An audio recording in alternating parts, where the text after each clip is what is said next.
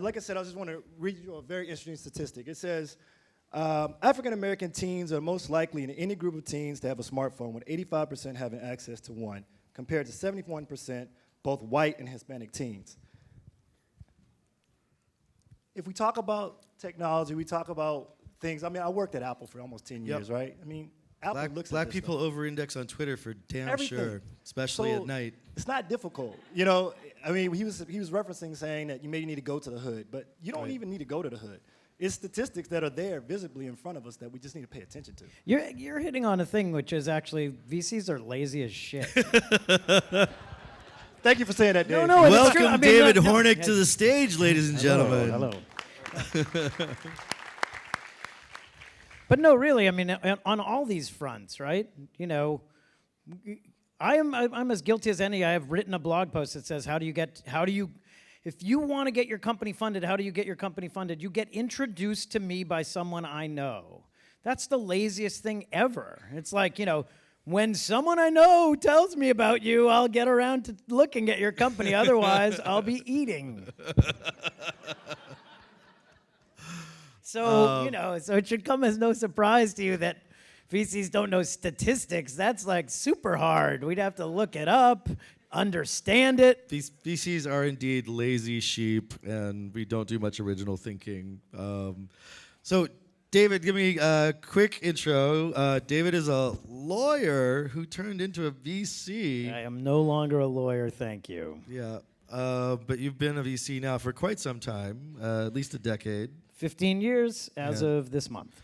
And at one of the most august firms in the Valley, actually August Capital, which has been around for quite some time, 30 or 40 years. If you include TVI, which was the predecessor fund, then, I don't know, 30-something years. And 20. one of the investors in Microsoft, as well as many other companies. Yeah, partners at August were the earliest investors in Microsoft, Sun, Compaq, Intuit, Symantec, Seagate, Xilinx, Skype, Splunk. Have a lot of stuff. Yeah, and some other things. You did Splunk and a few other winners. Splunk, you know, it's like the beauty of Splunk is that it was an incredible deal. The unfortunate part about it is that none of you have ever heard of it. But it was killer, I promise you. So I think we were supposed to get up here and argue about the fact that you're still relevant. Well, David are you was going to argue that? No, 'Cause you look, are. Yeah. David was one of the first people to blog in VC. First. The first. Well, it was Venture Blog was the first. And you also do a podcast every once in a while, very occasionally. We recorded one this morning. It was very Okay. exciting. My partner Howard, who actually spent a lot of time looking at Bevel, and Okay. anyway, no, what's the hair extension is? Maven. Maven, I'm so sorry. Maven, where are you? Not Bevel. It's like, see, black businesses are all the same missed to me. it, damn it. Oh, my God. This is why we don't talk about it, because we look like fucking idiots. If only you had a black person on your staff, you might not have missed that deal. Howard's the least black person on the planet Earth, and he was the one looking at it. All right, so let's jump right into it. You guys do VC the same way it's always been done, hard work, put on your pants one leg at a time. It's Platforms. already sounding so fucking boring. I know, it's this kinda is like sounding the most fucking boring. the most boring thing. What Let should me- we let talk me about? ask you Look, something here's else. what you want to talk Sorry, about. no, this will be more interesting for you if you're willing to take it on. So we haven't talked about one level of diversity today. We've talked about women. We've talked about minorities, at least black people. There's another one that we haven't talked about. Do you want to talk about that? What? Short people. Yeah, that too. Jews.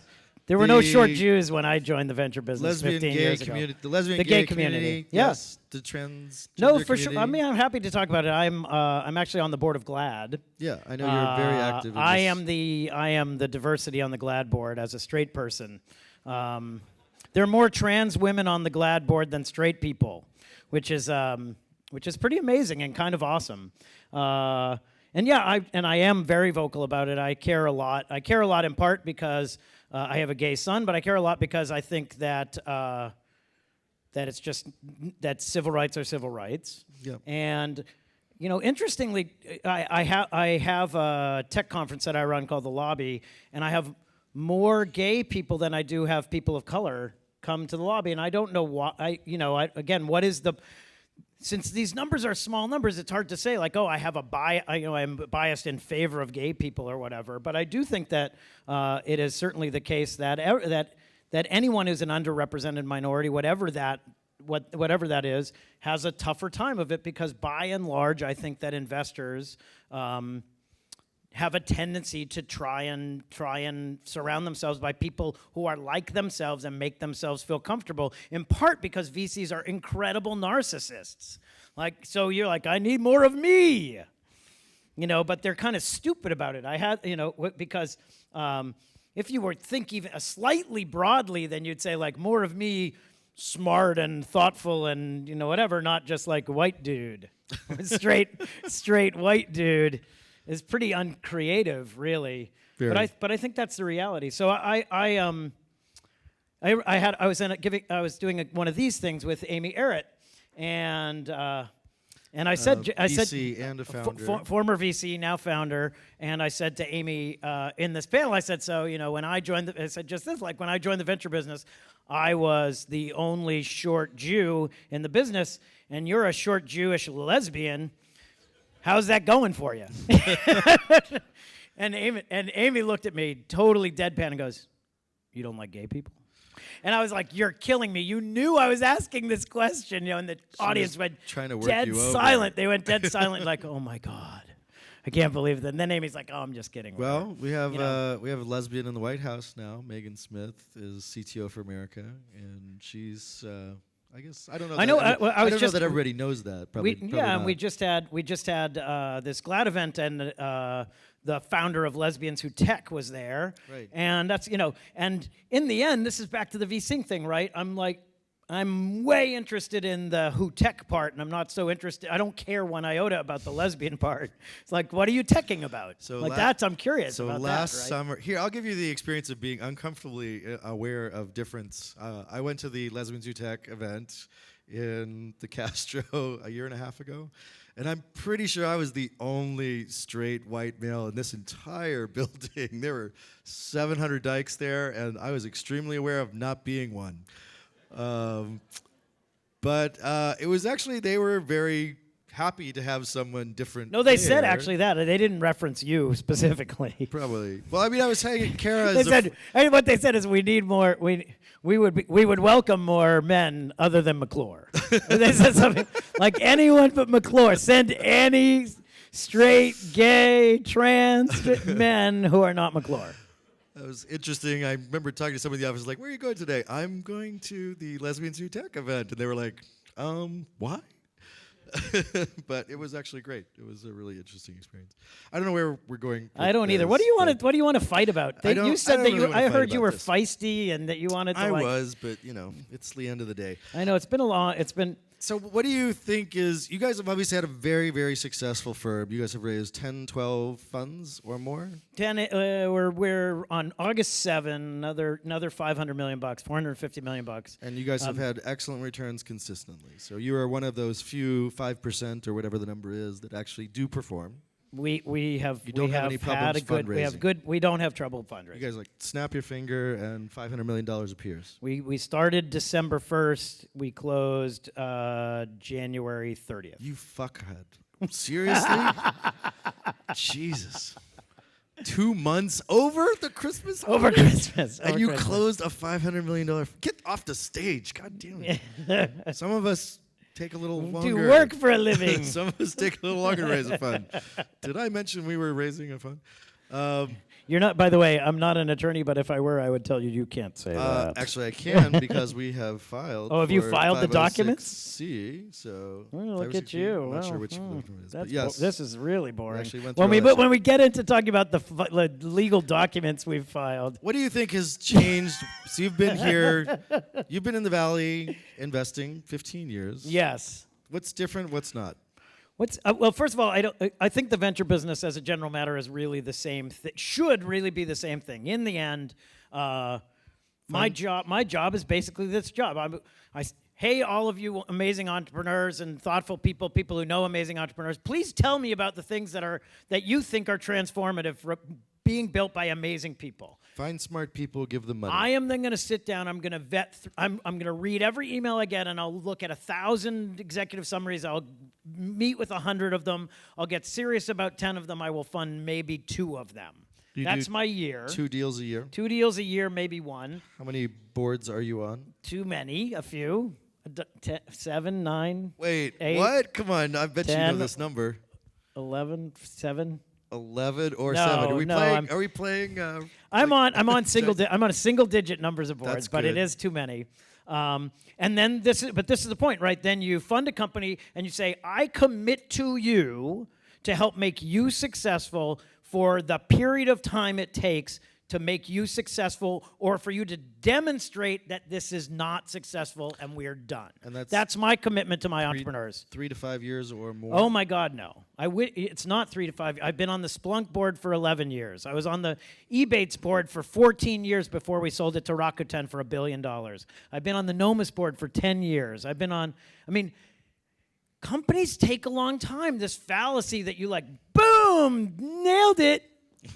See ya. Bullshit. It is hard. It's hard to, and you know what? It also takes a long time. If you're particularly talented, then it takes a long time to fail. Now they say in the venture business, that's what I think actually is painful, particularly if you have to be on a board that's a company's not working. Or to demonstrate mediocrity. Demonstrable mediocrity is actually a VC nightmare. I hate to say this, but the reality is, when you fail, when you truly fail, you fail pretty dramatically and pretty quickly. As we say in the venture business, lemons ripen early, right? Boom, that thing sucked. You lose your $8 million, you call it, and you move on with your time. Sometimes you are doing fine. Just barely. You're doing fine, even if you're doing fine. Oh my goodness, you're doing a great job. I think what you're saying is that's the worst, right? It's terrible from a venture perspective because I'm going to put in 10 or 12 or whatever years of while you build a company that will never be meaningfully valuable. But here's what I'm saying to you.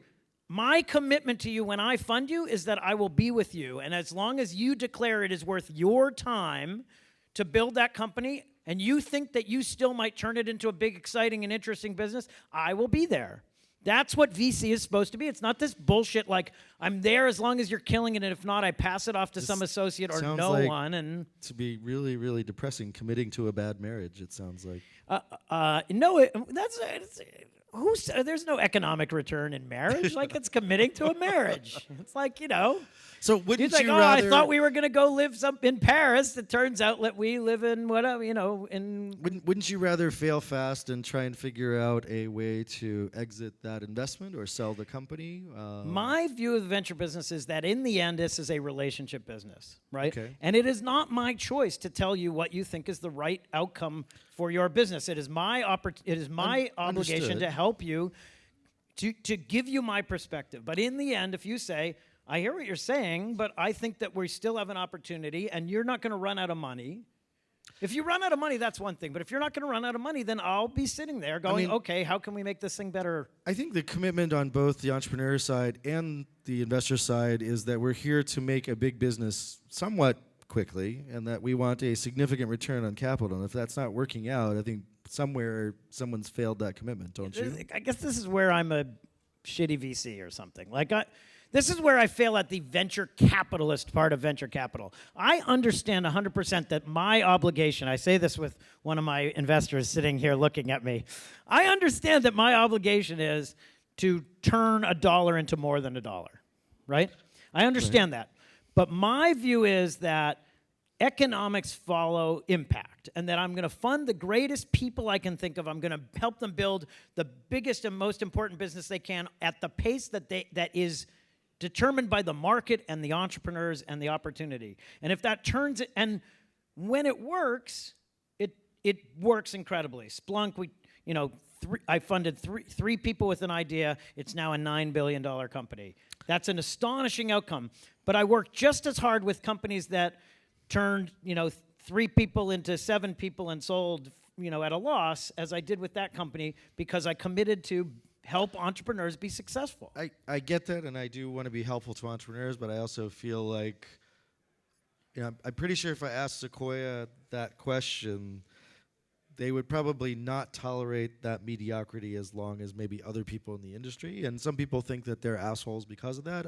I think they're just being transparently true to their principles or So this is whatever they are. this is an important question. That is how they behave. That Right. is how, as I understand it, that's how they make decisions. Perform or you're going to get fired. And I understand that. And I can also tell you that I have beaten them and gotten deals because there are entrepreneurs who say, I understand how David behaves and I understand how you behave, and I choose David. And so if you view this business as a long-term business, and I do, I think that I have spent 15 years building up goodwill, and I will spend the next 15 years, benefiting from Right. the goodwill that's been built up or whatever, at least, I guess then it's all good, right? I guess I would take a slightly different philosophy in that I think your commitment is somewhat time dependent, and that I'm in a venture business. Here's my economics, my target return, and certainly to be helpful. But I don't think if you're on the board for 7 years for a company that's not going anywhere, you really better like that person, enjoy that business. I think you're not necessarily staying true to mission for what you're trying to achieve for your investors. But again, I'm thinking long term. I'm thinking about the next set deals that I'm going to do. Travis Kalanick, now this is all on me. This is 100% on me because I funded Travis's last business. Red Swoosh. I funded Red Swoosh, worked with Travis. Travis, it was a tough business. He gets 100% credit for pounding his way through. Famously sued for $250 billion. No, before Red Swoosh. Before Red Swoosh. That was Scour. Okay. Scour was his P2P file sharing business. I did not fund that. I funded his vastly legal business called Red Swoosh, which was he a had to- smallish business, I had to whatever. exit. And then, because I had been supportive of Travis, have been a good guy, Travis came to me for the Series A of Uber. Now, again, what's on me is I didn't fund it. That's okay. I fucked that up too, even earlier. And I fucked But it it up was too. mine Yeah. because, no. Yes, all right. I mean, fair enough. Right? He didn't have to come to me, and so I could have been 100% ruthless about Red Swoosh at any point. I don't think we were. I think we were, and that's just one of many instances in which. Now I think it's tricky, right? Because you have a lot of companies. I think the more companies you have, the harder it is. But so this is back to my point about the venture business. People think this venture business is changing, but it's not a scale business. This is not a scale business. Well, And I it's would not- beg to differ on that. No, but you're we'll see. you're an early stage investor. You're funding a bunch of folks. You're being helpful to them broadly, but you're not sitting on the boards of all the companies you fund. Absolutely not. You're not helping them recruit all of the the execs. You may be helpful along the way, I've but been on 5 boards. In 3 of those boards, we've chosen to move a founder out of the CEO role. It was extremely painful, and I don't really like to do that job. So I don't think it was a wrong choice, but I just don't want to do that job. Yeah. And so I don't think I need to be on a board to make money. See, and again, I can this is provide it. value in ways to entrepreneurs that are not just based on being. I am a entrepreneurs. venture socialist, not a venture No, capitalist. but see, the thing is, I'm okay, and that's fine. But sometimes I feel like, I understand what Sequoia is. They are a beast, and they are not shy about that. And you know sort of what you're getting. And I would say, if we're investing in a company and I take a board seat and it's not going anywhere after 3 years, I'm not going to feel bad about going to the entrepreneur and say, hey, this isn't working.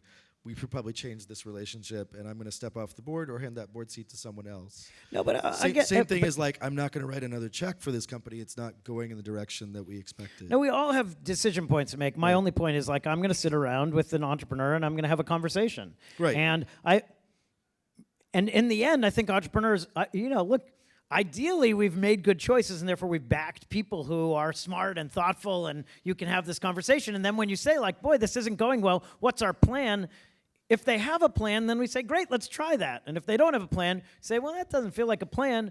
Maybe we should find a home for the company, or maybe we should. So it's not like I'm just sitting there going, oh my God, I can't believe this is going nowhere. So that's where I feel You're like killing me.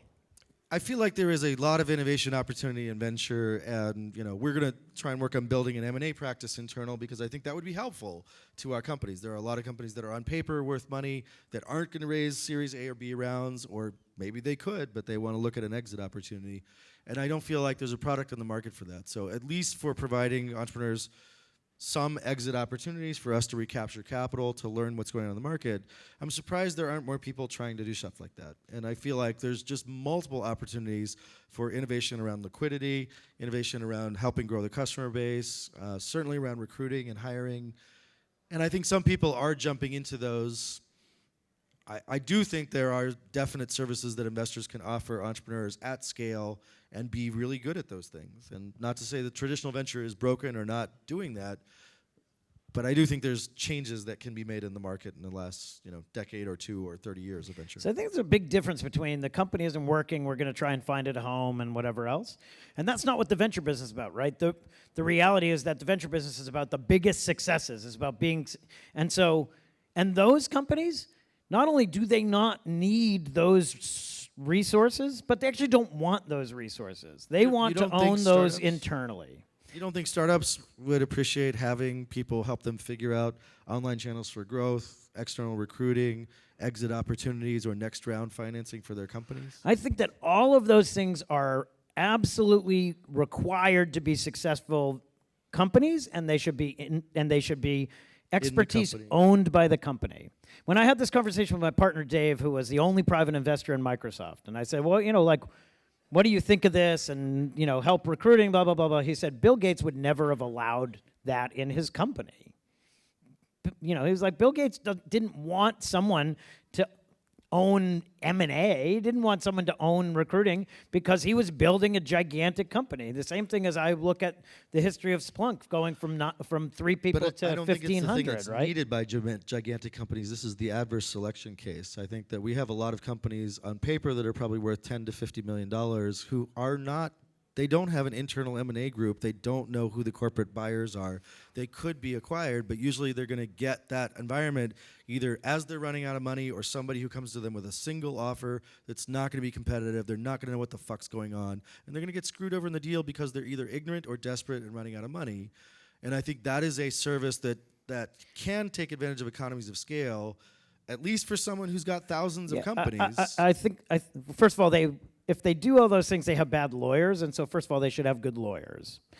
But if they don't, or if you feel like this thing, that's totally fine, but that's not my business. That that's not lawyers my should business. be doing M&A? Do you think that lawyers should be doing M&A?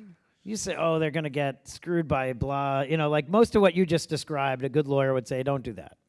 But what you're really saying is that companies have no choice. They're running. Like, how many times you talk to a company? I know what you're where really they saying they're is going to get a $10 million deal. They've got a single buyer. They've got 3 months worth of cash. They think the deal's going to close, and the buyer decides to push back from well, let's just think about this a little longer. We've got another investment committee decision or something. Why don't we talk again in 3 months? And they bleed the fucking company dry, and they try and hire people from the company, and they'll try and acquire the company for half that price and screw over investors in the process as well.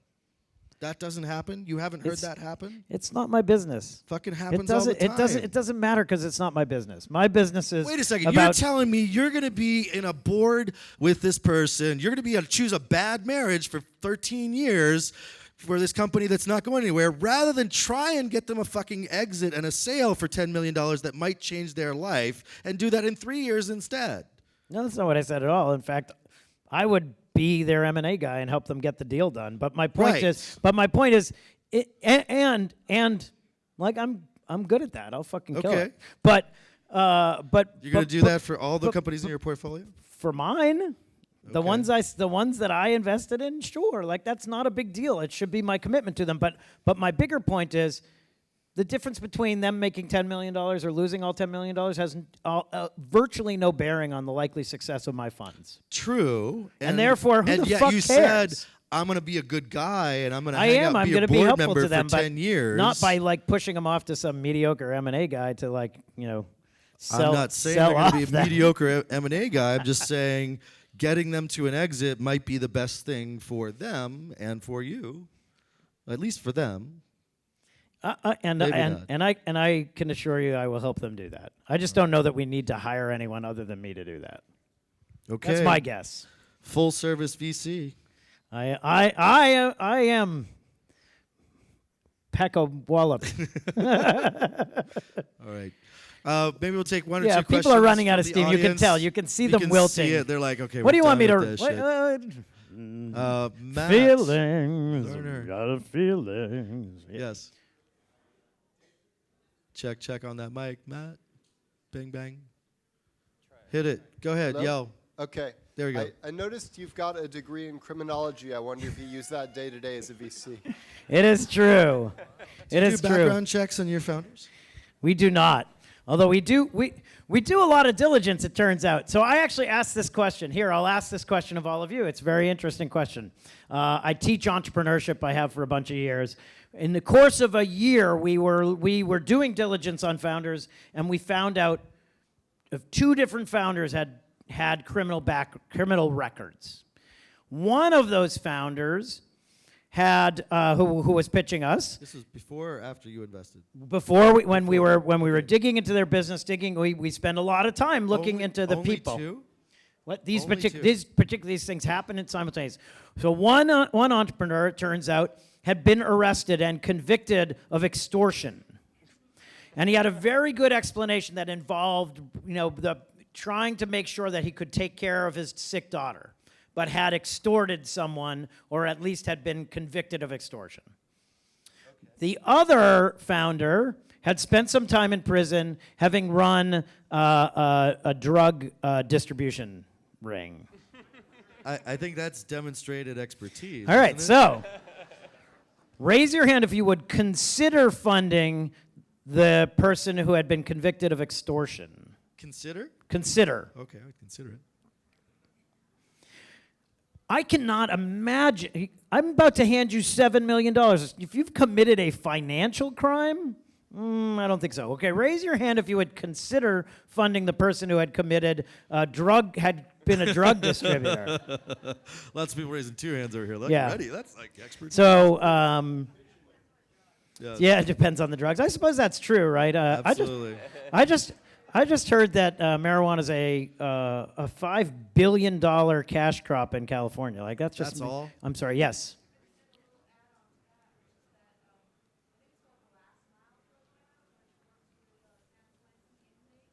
Yeah. Chris is an awesome guy. He runs the Last Mile program, works with Yeah, entrepreneurs in exactly. San Quentin to make them successful. and actually helps them transition out and then join startups or start their own. Actually, some of those people work at Rocket Space where I used to work, and they would tell me things like, we always had this entrepreneurial streak, but it was not socially acceptable, and they just needed the help to make what they yearn to do, supported by society. Yeah, no, so I also work with Defy Ventures, and Defy is awesome, works helping formerly incarcerated individuals start companies. So I studied criminology. I went to law school. I thought I was going to be a public defender. I ran the Prison Legal Assistance Project at law school. I do think that we have an incredibly huge incarcerated population. Now I'm going to tell you the only thing that I think was interesting that I learned in my time getting a master's degree in criminology, because I found it to be a useful thing to think about by analogy in lots of instances, which is it turns out that if you want to deter someone from doing something, then it depends on A, the severity of the punishment for that thing, and B, the likelihood that you will be caught for that thing. So if it is extraordinarily severe punishment and you are extremely likely to be caught doing it, you won't do it. This is, doing anything in Thailand. And if it is extremely rough punishment, but it's extremely unlikely that you'll be caught, you will not care one iota. And so, anyway, I think it just, when you think about those dynamics, I've found them to be quite interesting in with my children, with company dynamics, business dynamics. But beyond that, no, I have not had. And I have a degree in computer music, and I haven't actually used it terribly much. So there you have it. One last amazing question. Something important. For the hardest working Nothing- man in show business That's and the right. slightly least heightful of them. I'm pleased to report that one of my children just broke through the 5'4" barrier to 5'5". Go Noah! I'm not sure that we have any takers. I will say that David runs one of the most amazing conferences, and the lobby is fantastic. If you can get him to invite you, it's an amazing experience. Thank you, Dave. And I'm currently trying to curry his favor so I can get invited back. Return! Thank you for sitting up here and arguing and having a good time with me. And seriously, you were one of the first people I met in Venture, and you were very approachable. And it was great to have a friend who was willing to listen and talk. I appreciate that. Thank Thanks, you very Dave. much. All right, folks. With that, I believe we are now done with the official events. Sorry if we kept you a little bit late. Our upcoming events, Batch 13 Demo Day, August 11th in Mountain View. Geeks on a Plane to the Middle East happening in Q3 of this year, I think probably October. We'll likely go to Dubai, Abu Dhabi, Amman, Jordan, and Cairo. We hope you come and check out our events. We hope you see our companies, and please enjoy yourselves. I think we're going to have beers and some stuff outside, right outside. Thank you all for coming and hanging. We appreciate it. See you next year.